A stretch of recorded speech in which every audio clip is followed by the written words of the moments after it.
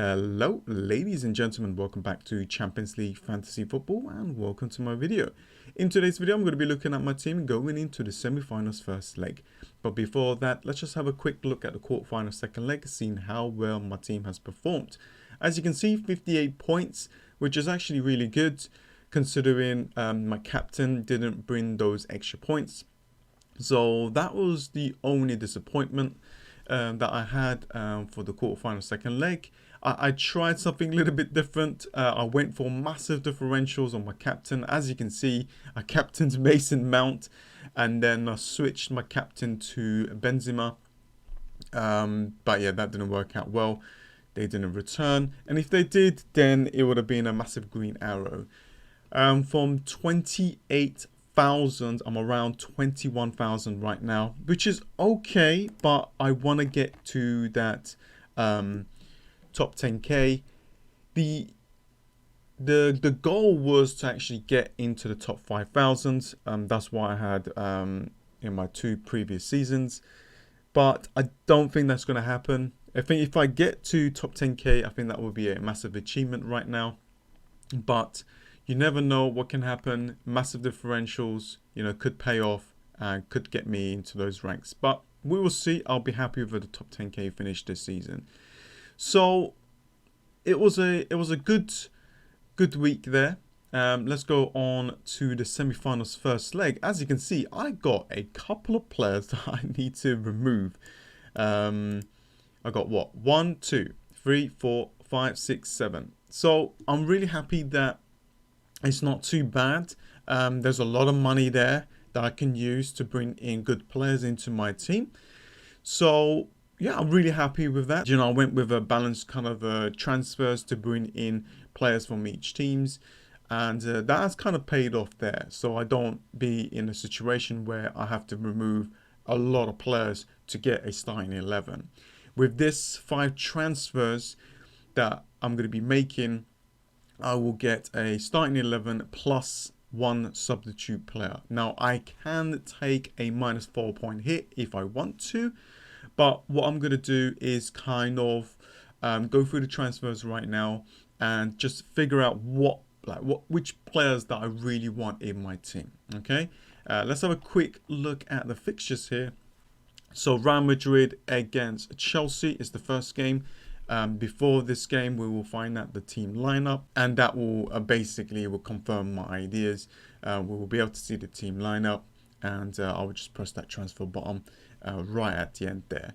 And then is PSG versus Manchester City. So as for my predictions for these fixtures, I'm going to be going with Real Madrid beating Chelsea, but I think it's going to be a very close game. PSG versus Manchester City, I'm going to be going with Manchester City. Their team is just much stronger than PSG overall. I think Neymar or Mbappe might actually get a goal. So those are my predictions there for these fixtures. So now the strategy here is just to basically wait until we see the team lineup here, and then that will make my final decisions up. So let's just have a quick look at some of my transfers. Now what I'm thinking to do is basically remove all of the expensive players that hasn't got fixture and is kicked out from the competition. So Haaland, Choupo-Moting, Salah, Coleman, Kimmich.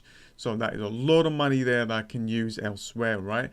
So I'm just going to remove them just for now and see what we need to get. So it looks like we need 2 strikers, 2 midfielders and 1 defender. Now I don't have to do this way. I can do something different. I can remove one of my playing players, to be honest with you. But the first priority is to remove players that is knocked out because they have no chance to play in the game. So that's what I'm thinking to do. I think that is probably the best strategy to go with. So if we look at the striker options, there isn't many. There's Mbappe and Neymar. It looks like these are the 2 players that I need to bring into my team. Werner is an option if he starts. So as you all know, we'll be able to get the team news before this kickoff. So that will help us out a lot. Giroud, Keane, Tammy Abraham. I'm not 100% certain that they will start, but you never know. Jesus could be an option here.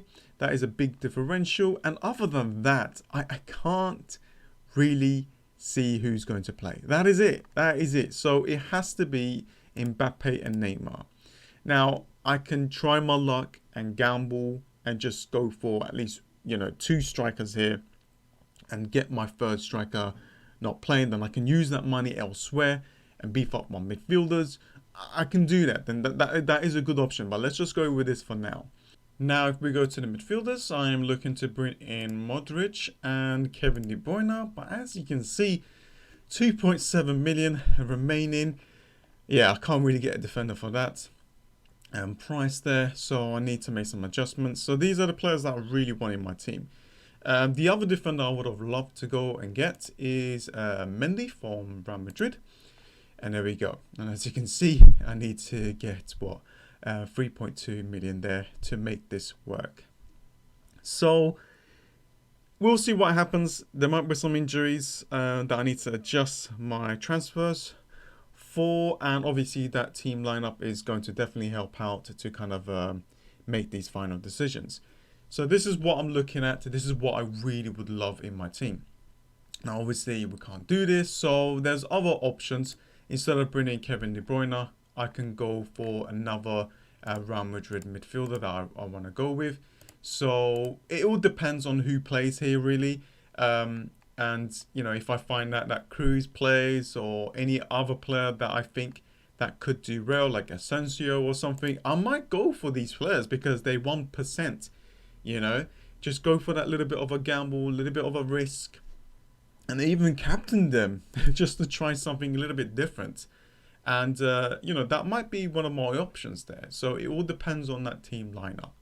Now, if I had to, make, a decision right now, I think I'll just go for Cruz here. And there we go. And I have the money there. And just basically have this team, really. And for the first game, maybe captain Modric or Benzema or something. And the next game, Foden or Neymar, because he's on penalties. And, he is a player that wants to score. So I could try something like this. And if I want to take a little bit of a risk, I can remove one of my other defenders. And, basically go ahead and bring in a player to kind of help me out from the subs. I can do that, but it's unnecessary. I have a team, so I don't think I'm going to be taking a -4 point hit. So that is pretty much it. That is what I'm looking at. If I really wanted to basically bring in Kevin De Bruyne, it just makes it a little bit more complicated.